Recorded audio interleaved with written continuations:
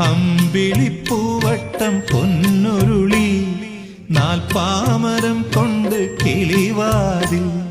അമ്പിളിപ്പൂവട്ടം പൊന്നുരുളി നാൽപ്പാമരം കൊണ്ട് കിളിവാതിൽ. വീട്ടിനകത്തെ പൂമുറ്റത്തുണ്ടേ താനേ വളർന്നൊരു മന്ദാരം.